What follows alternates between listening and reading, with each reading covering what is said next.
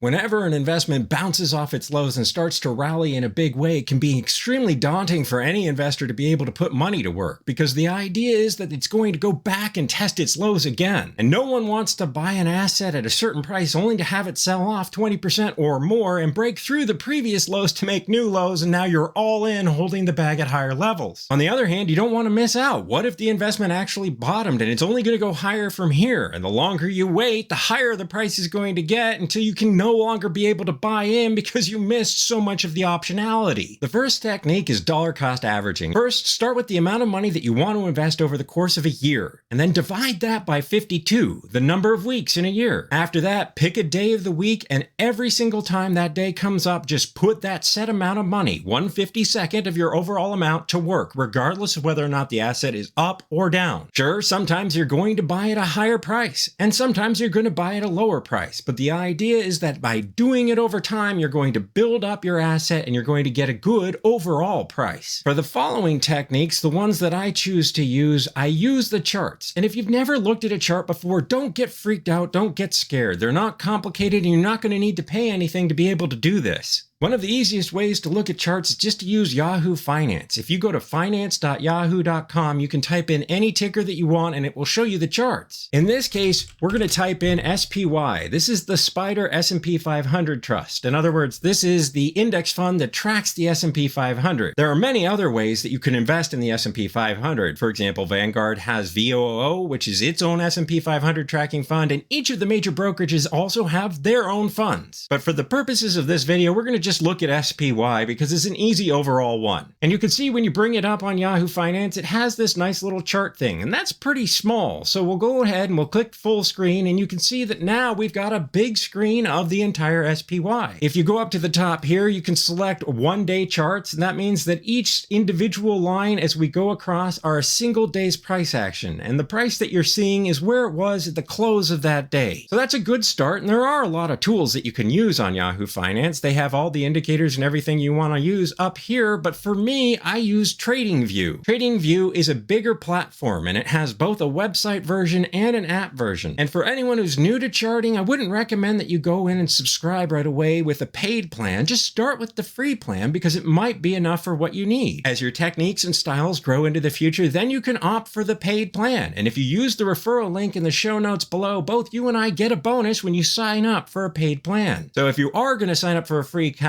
please use the referral link. That way, if you ever decide to pay, you and I will both get that bonus. When you first bring up the interface for TradingView, you can see that up here in the upper left-hand corner is where you would type in any ticker that you'd want to look at. So we're going to just use SPY, the S&P 500. And you can see that you can actually access the SPY based on whatever exchange you want to use. So if you're not based in the United States, let's say you're based in Australia, you can do it there. But of course, for us, we're always going to use NYSE, and that's the New York Stock Exchange. You can see that it's set to the weekly time frame, which means each one of these candlesticks represents 1 week of price action. It's quite easy to see how to read one of these candlesticks. We'll go over it really quickly just so you know. A red candlestick means that the asset closed the week lower than it started the week, and a green candlestick means that it closed the week higher than it started the week. Looking at a green candlestick, the lower base is the price that it opened at, the upper base is the price that it closed at, and the wicks represent the lowest and highest price respectively. When you look at a red candlestick, it's the same when it comes to the wicks. This is the high price of the week, and this is the low price of the week. However, in this case, the top base is where the asset opened the week, and the bottom base is where it closed the week. The opposite of a green candle. For the purposes of this video, we're going to switch to the daily time frame instead of the weekly time frame, but you can see that there are a lot of other time frames that you'll get access to using TradingView as well. So if you do have aspirations to become a day trader, which I am not, you can go all the way down to the 1-minute chart, and some of the paid plans actually offer you the 1-second chart if you really wanted to go that crazy and see a quite literal tick by tick for the asset that you're looking at.